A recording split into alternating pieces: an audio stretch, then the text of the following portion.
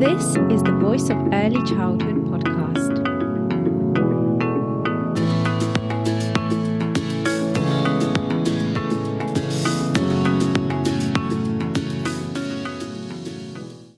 Hello, everyone. Welcome to another episode of the Voice of Early Childhood podcast. My name is Angelica Slinska. I'm your host, and today I'm joined by Rachel Tapping, who is a Piklerian Early Childhood Advisor and Pikler UK Chair, and also Christine Wilkinson, who is a day nursery owner, educational consultant, Pikler UK committee member, and neurodevelopmental therapist. Lots of roles there as well for both of you. So thank you both for joining, and thank you to Pikler UK for sponsoring this podcast episode. It's great to have you both on. Thank you, Angelica. It's great to be back again for me. Thank you. Yeah, it's really exciting to be on the Voice of Early Childhood. So really looking forward to dive in. Thank you.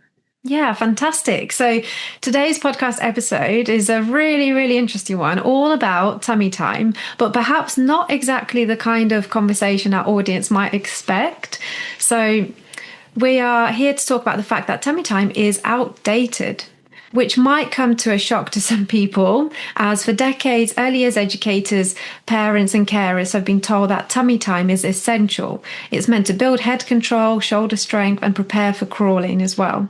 But what if this advice, although well-meaning, actually misunderstands how babies develop best? So in your article, you start by talking about reflexes. I think this is probably a good place for us to build some context on, so to make a start on this. So please do tell us all about babies' reflexes and why this is so important when we're talking about tummy time. Okay. So reflexes are nature's built-in movement program. So we're all born with them. Mm-hmm. And so these primitive reflexes that we have, they are automatic movement patterns. So, for example, like the moral reflex, which is startle reflex that we all get to see when you pick up a baby suddenly and their arms flail. And then there's also the ATNR, which is the asymmetric tonic neck reflex, the STNR, which is another type of reflex. And so these reflexes are not just leftover instincts, they're critical to our early survival and to brain development. So each one builds the foundation for later voluntary movement and learning.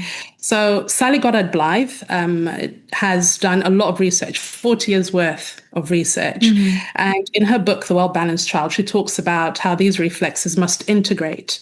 And once these reflexes are integrated, what happens is they give space, they give room for higher cortical functioning, which is where children are able to use sort of their cognitive development to learn, develop, build relationships.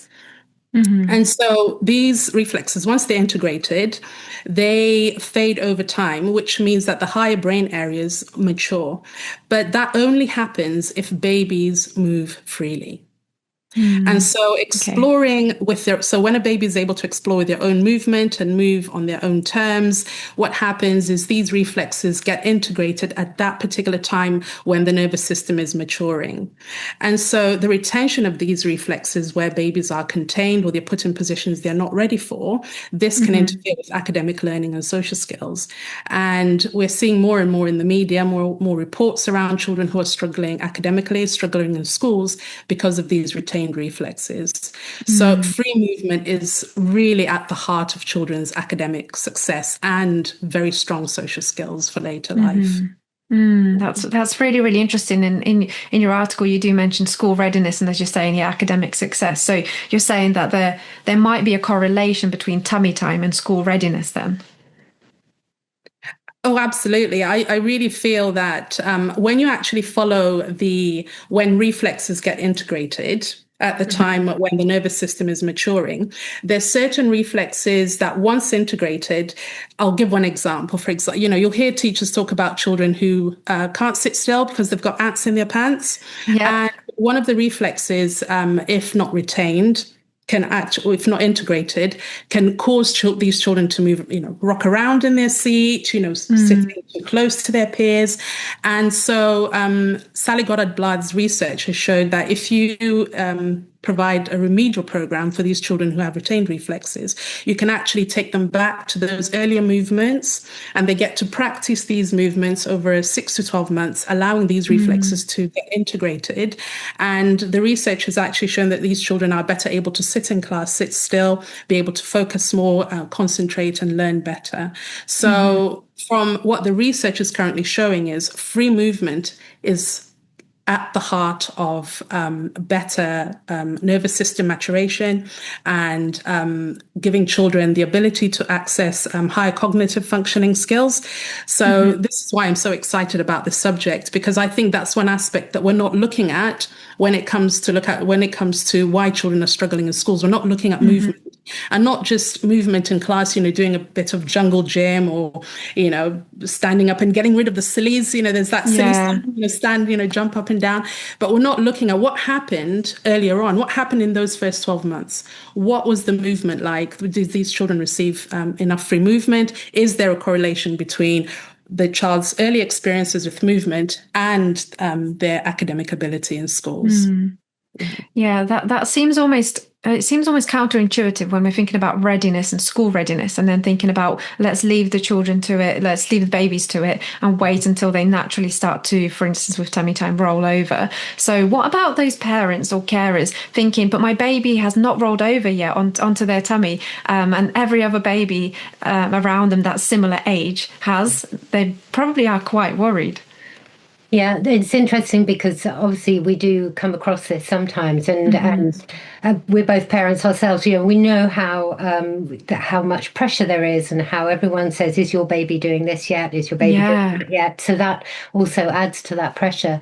But the thing with this kind of natural approach to allowing children to actually move freely in their own time and way is that, we're basically animals, aren't we? And as a species, we're very advanced in many ways, but when we're born, we are far less advanced than a lot of other creatures. And so, but the ability to move, the ability to turn over, to stand, to walk, all of these things are inbuilt in our DNA, I guess. It's part of being a human being, is that we will find our way to do these things. And so we need to, as a society, we need to learn to trust in the natural order of things, and to recognize that not every child will do it in exactly the same way, and that some will be quicker and some will be slower, and that none of that matters. There are some great. There's a lovely chart that was one of the first things I came across when I was doing my Pikler training, which shows movement development, amongst other things, and the range of ages of the infants in when they achieved certain what we would see as being milestones. And ranges of months and months. So just because one baby may be rolling over at just still in the first 6 months, another one might not do it till much later. But as long as they are given the opportunity and they're not being contained for large portions of the day, and have interesting objects around them to be interested in, to get them to want to look this way and that way and reach and all those things, that it will happen. The only thing that prevents it is would be if a child actually had some other something else going on, some other sort of developmental problem. Yes, yeah. So what about when babies are struggling? Do we support them into the position? They're getting there, and I think it's very tempting for parents, carers, even educators to give them a little nudge, to push them along, to think I'm really helping out here. Or is that still not really what we should be doing? Well, we all want to help, don't we? As parents, as caregivers, we always, and just generally in life as human beings, we love to be helpful. But I think it's looking at what is helpful and what is actually unnecessary intervention. And a little bit of struggle is absolutely fine. What tends to happen in my experience is that the babies will learn the rolling onto their tummy bit on their own without really any frustration, because it's not like they know that this is a goal that they're heading for. Until it's happened, they don't know about it. So in that sense, there isn't frustration. The frustration often comes when they've gone onto their tummies and actually they haven't yet worked out how to get back. And at that point, sometimes it is, you allow a little bit of frustration while they try and work it out, because otherwise, how will they work it out? But then you can very, very gently just return them sort of in the way they arrived there, sort of bringing them back very gently back onto their backs again.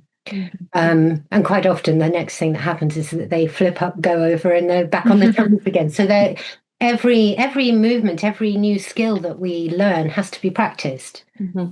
And without the opportunity to practice, we can't become masters at any skill. So we do have to, a little bit of frustration is okay, but obviously we're not wanting children to be suffering in any way, which we do see when children are being placed on their tummies before they're ready. You do see some frustration and suffering, I might say. What about you? What do you think, Christine? Yeah, absolutely. I really believe that when we interrupt that process, what we're doing is we're taking away the opportunity for life skills, for a life lived well. I am a big believer, and obviously seeing it in my own day nursery and in my own children, that when you put a baby in, you lay them on their back and you give them that time and space in the presence of a loving caregiver, what you do is you allow that child to be able to learn about themselves, know what their limitations are, know what their capacities and abilities are, learning how to roll to one side and figuring that they can also roll to the other side. That is them learning critical skills of problem solving. Them being able to lay and watch the sun rays coming through the window, being able, once they roll onto their tummy, and if their arm gets stuck, being able to try and figure that out. Those are the building blocks of resilience, the building blocks for being able to bounce back from a challenge. And for me, I see that freedom of movement as the foundation for living well. Because when you observe a baby moving and trying to figure and using their whole body to try and understand the world and trying to understand themselves, you can see the resilience there. You see the grit, you see the critical thinking, you see the motivation, you see the engagement. These are skills that we need for life. It's not just happening right there with that 6-month-old. These are skills that we take with us through school, through in our relationships, through the workplace. And those are the foundations that we need to live well. I really see movement as medicine, as a way for us to not only feel good about ourselves. We're talking about, exercise and go out in the fresh air, mental health, and all these. When you actually start to pull it apart, what you see are all these threads that start to come in. And it's as simple as giving children the right start, the right foundation right at the beginning, where they have a very strong sense of themselves. So when a baby figures out how to roll onto their tummy and being able to roll back and to sit up and stand up and to walk, when it's done without interruption, a child learns that they can do things themselves. There's this very strong self-assuredness of, I can do this myself without input from anyone else. And that, again, is the foundation for confidence, that self-belief that I can affect something. And I know you talked about, you see this baby sort of struggling to get that arm that's stuck. Is sometimes all they need is just this gentle hand, and for them to see the caregiver, and the caregiver to just pause and say, oh, you're trying to pull your hand out and it's stuck, without having to help them. Just that presence, that loving presence. Sometimes all they need to go, oh, someone's actually here. They can see what I'm trying to do. And you see this baby either roll back or, keep trying to get that arm out. And so, again, like I said about that resilience, we're always talking about how can, parents always asking, how can I build resilience in my child? That's how it starts, is that loving presence, someone being aware of that little challenge that you're trying to figure something out, but not necessarily rushing in to fix it for you, but to give a little bit of space to try and work it out. And of course, if it becomes a little bit too overwhelming, absolutely take them back to the step prior to that. So if they were on their back, just roll them back, or pick them up and give them a little bit of a break from the work that they're doing and trying to figure out movement. So I can say a lot. And it's interesting too. I mean, again, going back to Emmi Pikler and how she sort of came to really hone her kind of approach. Part of it was through observation of that she spent a year in Trieste in Italy, and with her family, a young family, and they'd be on the beach, and they've lots of families on the beach, and people helping their children to do lots of things.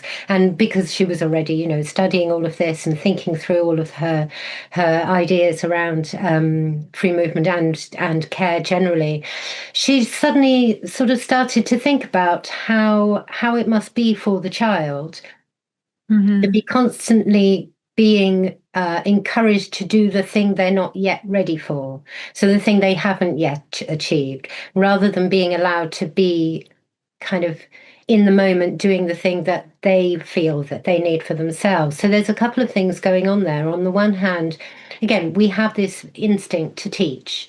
So we have to maybe choose what we teach and what we don't teach as adults. But also we have an attitude generally, again, I think, that's sort of become a bit entrenched of us and them, that babies are some kind of other, that they're not human beings in the same way that we are, and so therefore we don't trust that they know what they need. We feel that it is our role, and again, this is partly due to all sorts of pressures on parents, particularly these days, which have also then been put on to caregivers, that we have to be doing everything we possibly can to bring our children on, to make sure that they have everything they need to be successful. And so it does seem counterintuitive of us to then say, slow right down. But as Emmi Pikler, I can't remember the exact quote, there's a lovely quote, but there's something about how she wanted people to realize that by doing this, by constantly trying to get them to the next step, we're making them feel like they are not good enough. And if we think about as adults, if you're trying to learn something and someone then just comes and does it for you, and you miss out that learning process, you kind of can make you feel a bit flat or a bit. It can be humiliating. Definitely. And that whilst babies don't have any language for their feelings, it doesn't mean they don't have feelings. And we do need to recognize that. And by allowing them these little struggles and by allowing them to work things out for themselves, they are achieving for themselves. And, and you can sense the child who has achieved something and is feeling good about themselves. You can see it in their faces. You know that they have this feeling, even if they don't, even if they're pre-verbal. So it's really worth slowing right down and observing and noticing these things if you're going to try this, so that you can really get a better feeling for why it is that we feel so strongly about it. There's a human being who needs to be given these opportunities and has the right to have these opportunities to do things for themselves, where it is, there are plenty of things we have to do for them. And we can take a lot of joy in doing those things, but we don't have to be constantly setting them up to achieve. Yeah. And it actually brings me what you're saying, Rachel. An idea has cropped up around learned helplessness. And so, you can see these two, 2-3-year-olds who will wait for their caregiver, wait for the educator to, put their shoes on, that they won't even begin to try, and this is not me saying, all 2-year-olds should put their shoes on. It's just, I see situations where children have this learned helplessness where they've internalized the idea that they can't, and someone else external has to step in to support them to do something. And this is what you're alluding to, Rachel, is the fact that giving them that time and space to be able to figure things out for themselves, so that when they get these small successes, that builds that feeling of, I can do it. I'm capable. It's the ability to have a go at something. That is an internal feeling. It's intrinsic, rather than waiting for someone from outside externally to do it for me. And what a wonderful thing to give children this feeling of self-assuredness of going into the world open and ready to have a go, open and ready to try, because they haven't internalized that feeling of helplessness, which when you are put on your tummy, when I watch babies being put on their tummy and they can't lift their head and they can't move their shoulders, very early on, what message are we sending around learned helplessness? Is in order for what I observe is, well, I know, babies can internalize this idea that in order for me to get comfortable, in order for me to feel safe and to feel okay, I need to wait for someone else to change my situation and fix it for me. But when you give them time and space and they're able to explore and move, they'll get into these little tricky, sticky positions. But if right from the beginning, there's been that trust that I trust that you can do it and you can get out of this, they will have a go and they will try. And they will try and get that arm that's stuck, or when they crawl under the table and, they get to that place where their head's really close, they're trying to crawl back out, and that loving caregiver goes, trying to get out from under the table, and they figure out, actually, if I lower my head a little bit, I can actually crawl out.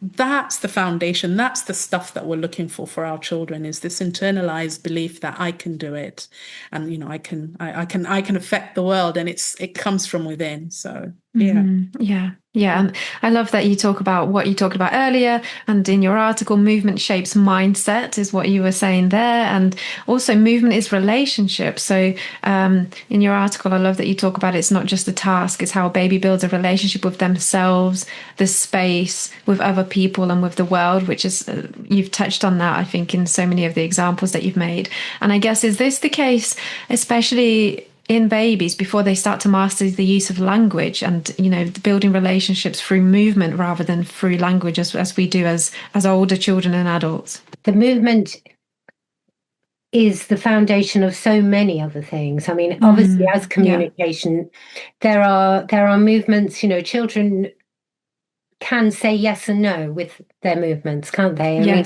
even a simple thing like if you're offering the baby the breast or a bottle, or if you're weaning and it's sort of offering a bit of food or something, a baby is very, very clear when they've had enough or they don't want something. They'll turn their head.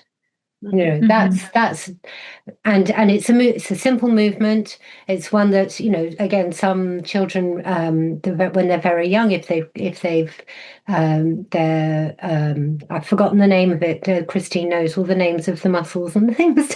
But sometimes when children are born, their heads are more facing one way than the other because of the position they were in the womb. And so some of these movements, if they haven't been given free movement from the beginning, they may struggle with some of these sort of very simple movements. But they communicate through many different ways. And I think movement is a part of that for sure. And also just want to touch on what Moshe Feldenkrais, who is a physicist and a movement educator, and I love this quote, that we act in accordance with our self-image. And that image is built from movement, sensation, and experience. And I relate that to both the practitioners in my setting and the children too. And all us adults, we only need to observe one another. And you can see when someone is in a state of, perhaps they're not feeling great, you see the shoulders are hunched.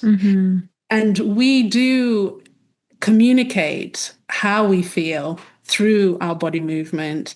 And so this is a big part of what we do in our setting, is really looking at how we hold ourselves, how our movement can affect the temperature of the room, so the emotional environment. So if you're in a baby room, there is nothing worse than rushing around, with heavy feet, because all the babies will just sort of sit up and go, what's going on in here?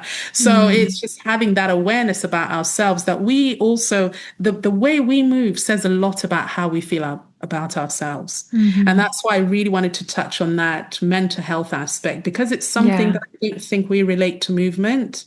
It's something that I feel kind of is almost quite separate, is this idea that how we feel and how that is expressed in our body are two separate things. And that's why, we feel so passionately that if children can move so freely and have a very strong sense of who they are through their bodies, that this transcends the nursery nursery walls, and it goes far beyond into later life, is if you've been given that free movement as a child, it shows in how you hold yourself as an adult. Yeah. Yeah, definitely. And so much of movement is self-expression as well, isn't it? And being like embodiment of various things, embodiment of feelings and different ways of expressing yourselves. And it's so important to give children those opportunities, the time, the space, perhaps even resources around them. And in, as you were saying, Rachel, as well, kind of the inspiration of interesting things around them so that the movement is provoked there. Yes. Yeah, absolutely. And I think also Christine touched on containment, and people talk about containment or containerization. And just to be really clear, this is around restrictive movement, and tummy time is a form of containerization in that sense because it does restrict movement. It encourages the child to try and get comfortable, which means maybe straining to pull the head up because it's not comfortable squashed flat on the floor. And sometimes people put the baby's hands here so that they have something in front of them. But it isn't, because we are having to construct that position for them, they still don't have the strength in the arms, the hands, the shoulders to actually do much with that. But of course, there are all the other forms of containerization as well. From, I hope nobody uses bumbos anymore, but bumbos, those seats that are sort of shaped so that you plonk a child in them and they're forced into a sitting sort of position. Even the bouncy chairs, which I used all the time for my children before I knew about all of this. And what else? So, and car seats, which of course we must use for journeys, but babies can come out of them when your journey is finished and not necessarily carried around in them. And even slings are also another form of containerization. And perhaps this is a whole other discussion to have at some point around that. But all these things do restrict movement. And if they're for short periods of time, not the bumbos, they're really not good for anybody. But the other things, if it's necessary sometimes to make sure your child's in a safe place or whatever, and you can use it for a really short period and balance that with plenty of time on the floor, a firm surface on the floor, because we don't want to, a cushioned surface whilst sort of relaxing for us, again, I think we're often thinking of ourselves, not many people just lie flat on a hard floor these days. I choose to sometimes because I enjoy it, but again, it's something you have to relearn somehow. But for a baby, again, they learn much more about themselves and they can move more freely if they have a nice firm surface. If it's cushioned, you actually can't really move as well because you're sort of thinking into something. So there are these various forms of containerization, which I think we need to help people become aware of so that they don't overuse them or use them if they're not needed, then a lot of them are devices that manufacturers have created in order to sell products, not necessarily with the children in mind. Yeah, for sure. And it's just so important to be critical, to be reflective and be research informed. And, it's so easy to just hear people say, oh, this is a fantastic product. It's really helped my child. But actually, if we don't know the research behind it, then, as you say, it can be actually detrimental to young babies and their futures. Yes, completely. Yeah. And sorry, Christine, you were going to say something there? Yeah, I just wanted to touch on when we put babies on their tummies before they can get into that position themselves, I just wanted to touch on the issues that it can lead to, such as balance and posture, handwriting and coordination, focus, attention, emotional regulation, anxiety and sensory overload. And these are things that when you think about them, it really makes you sort of take a step back. And then I think if the Pikler Association, we're really trying to get this information out to parents so that there is a counterbalance where parents can, access this information, educators can access this information, think about what are the long-term effects of putting a child in a position they're not ready for, and not just, that they're having a hard time, they can't lift their head, but actually neurologically, what is the impact? It's looking underneath the surface and not just what the health professionals have said, but let's really look at where's this research come from? Where are the longitudinal studies around this in regards to any, the correlation between, doing tummy time and the long-term effects on reflex integration and academic success. And not a lot of research has been done in the last sort of 10, 20 years. And I think that's worth looking into if this is just something that we're passing down without any sort of evidence to suggest otherwise. So I just thought I'd put that in there. Yeah, thank you. And it just makes me think it's so difficult for parents and carers and even educators working with young babies, because there's so much information out there, but actually so much of it is really heavy kind of reading as well. And, you have to really decipher so many things. So it's really important, the work that you guys are doing, the Pikler UK Association is doing, to make sure that all of the information is dispersed in a more accessible way. And this kind of leads us on to, I guess, your conference, which is coming up soon. So please do tell us all about that. Well, so yes, we've got a conference coming up on the 26th of September. It's a Friday. We are being hosted by Kingston University, which is lovely, in their beautiful, quite modern building called the Townhouse. And yes, so we've got 5 speakers coming to talk about various aspects of early childhood. I mean, we focus on the first 3 years in general, but what we're trying to show is that, or to kind of bring together, is people who can help us to see that this idea of preparing children for school, this whole school readiness thing that's out there everywhere at the moment, in lots of different ways, people promoting it, people criticizing it, talking about how it's the schools that should be ready, of course, which it is. But we're trying to show that through approaches that correspond particularly with, what we are promoting as the Pikler approach, there are so many other ways for children to, I guess, in a way, prepare themselves if we give them the opportunity. So it's we've called the conference Born Ready, because we believe that the child, as we've been saying, really has everything they need from birth within. So as long as they have a loving environment and,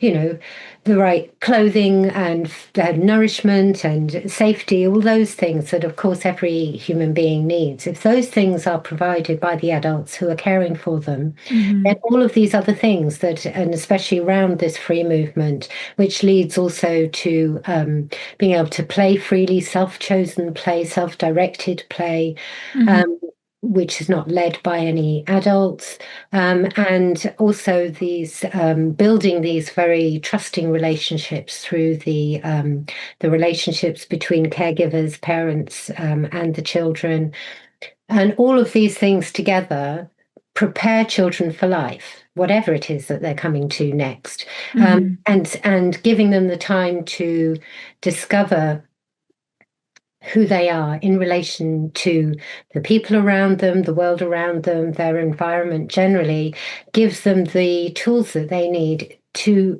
meet the next challenge that comes along. So rather than us constantly challenging them and trying to say, well, they can't do this yet, so we've got to set something up to create the opportunity for them, we try and really observe what they are already capable of doing, and quietly celebrating that. I say quietly, because we're not going to go around saying, yeah, they could, when a child does something, we try not to do that too much, but to really acknowledge what they're already capable of, giving them the opportunity to really practice. So the conference is based on those kind of ideas, and we've got people talking from various different approaches that they brought together, and we'll also be we'll begin the day with an introduction to the Pikler approach for those who are new to it as well.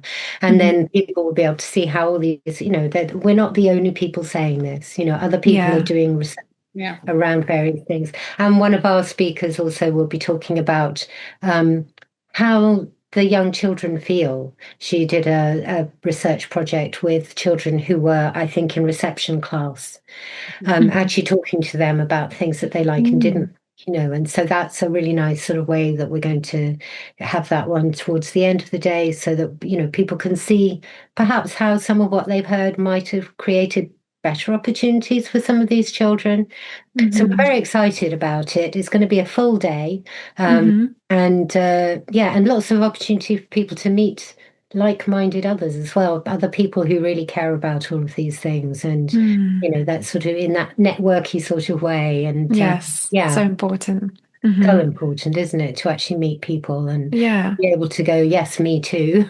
Definitely. When you're having a struggle, or yes, me too, when you've achieved something. It's such a great feeling. Yeah, for sure.